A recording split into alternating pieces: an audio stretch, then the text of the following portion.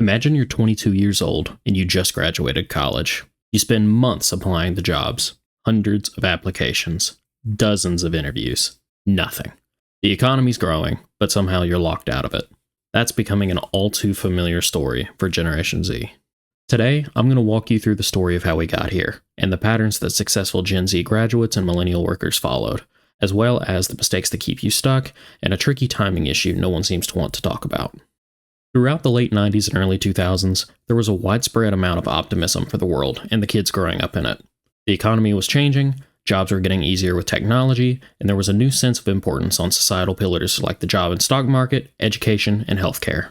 Most people genuinely believed that the home computers that they were getting used to would bring about actual change, and the internet would connect people in ways that would continue to provide a booming job market. Investors were looking at this as a period of unprecedented growth, and the global economy would provide endless growth for every region around the world. For many, college was seen as a safe investment for millennial high school graduates, and people would flock to increasingly larger universities for the guarantee of cushy office jobs, management chains, and huge paychecks. With these, there was a seemingly endless list of lifestyle improvements, and the expectation was to maintain and exceed the lifestyles that their parents had lived. This wasn't just a rational thought. There was genuine hope for the future that was only further emboldened by the promises made to the next generation. And there were a lot of millennials who had promising careers at an early age, so why shouldn't Gen Z's lives be the same? Skip forward just a few short years, and the expectations for Gen Z's childhoods started to shift. Adults realized that money was getting tighter, and that computers and cell phones, while they did make their jobs easier, made hard-to-learn career skills easier for everyone, which meant that they're now competing with talent from around the world. Adults naturally directed their kids to what worked for them, doubling down on higher education funding and getting as many students into high-impact, high-wage jobs as soon as possible. This meant more colleges, more student loan debt, and more competition for what once was specialized, skilled labor. This came to a head in one of the two largest modern market scares in Gen Z's lifespan, the 2008 financial crisis. This crisis sent a series of shocks throughout the global workforce, causing parents to lose their jobs, housing to collapse, and household wealth to crumble. You probably grew up during this time not noticing much of the aftershocks, but it put a generational pressure on the backs of working people, forced down their retirement plans, and stripped funding of any luxuries that took years to build back up. Speaking of stripped funding, one of the first programs that had their budgets continually slashed was K-12 education, which was the cornerstone of the knowledge needed for continued success in college. Combining this with an ongoing slew of bureaucracy and paperwork for teachers to retain funding, and more schools found themselves without the time or the manpower needed to effectively teach the next generation what actually mattered.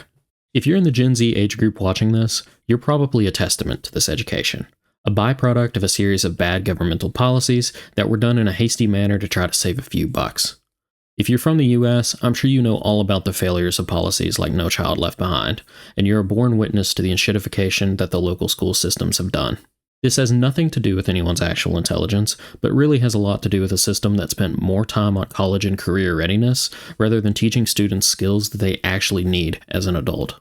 Education, of course, is just one sector of a larger trend of issues, but it was the start of larger structural issues that popped over in the last couple of years.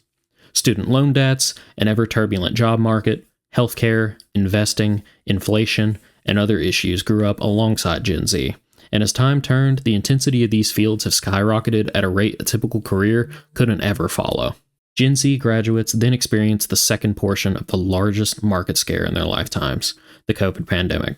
This wave of massive disruption happened just as students were graduating into the workforce, or trying to work their way into a university that wanted nothing to do with on-campus education for years to follow. I'm uniquely qualified to kind of talk about this because I graduated college right in the heart of the pandemic, and it took me almost 7 months to find a decent paying job that would actually support the hours I needed to afford a modern apartment, and just to try to keep the lights on, and even then I had to share bills with a roommate to get everything covered.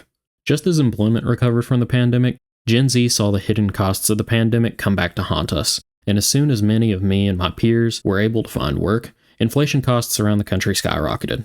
Rents exploded hundreds of dollars, utilities doubled, and the cart of groceries you were buying suddenly costed $100 more at the checkout line.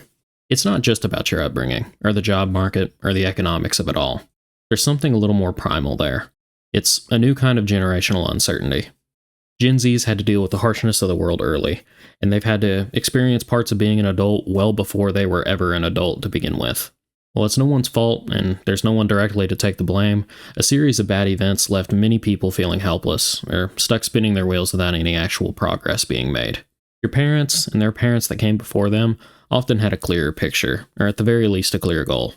They knew about their careers, they knew about having a family, they knew about raising kids, they knew about what kind of life that they were going to live, and what their retirements would look like at the end of their careers. Today's ladder feels a lot less predictable, and it feels impossible to plan for everything coming down the pipeline. We're in a new kind of market now, with layoffs and other factors, where even missing one paycheck can result in catastrophic lifestyle issues. Plus, while most companies now are reducing headcounts, more and more young people are dealing with job burnout, managing increased pressures to be more and more productive, and are constantly burdened with larger workloads.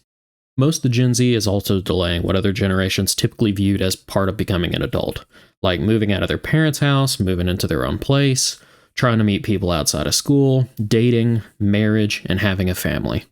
And it's not that people don't want any of these things, but that current situations are forcing a sense of frugality, of scarcity, and a lower sense of independence. Before we give up and go spiral out of control, there's still time. It's okay.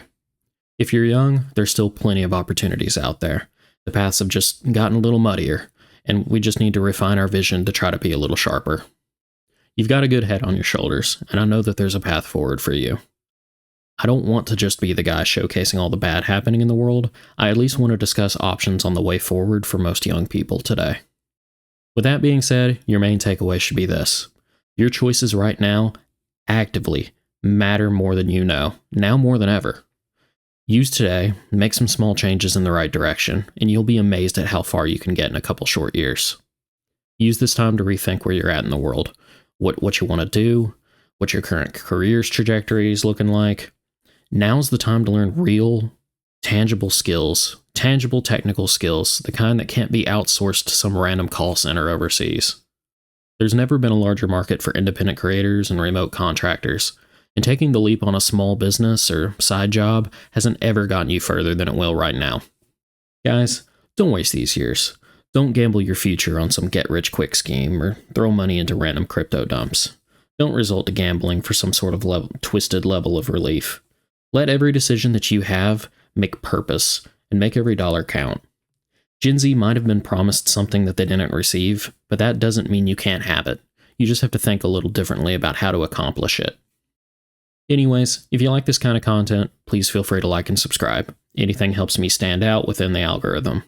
I've always got new content on the way, and it's a great way of supporting me for this kind of work. If you want to see more, I'm going to put a link in the top corner of your screen for a previous video. This again is Game Plan Profits, and have a great rest of your day.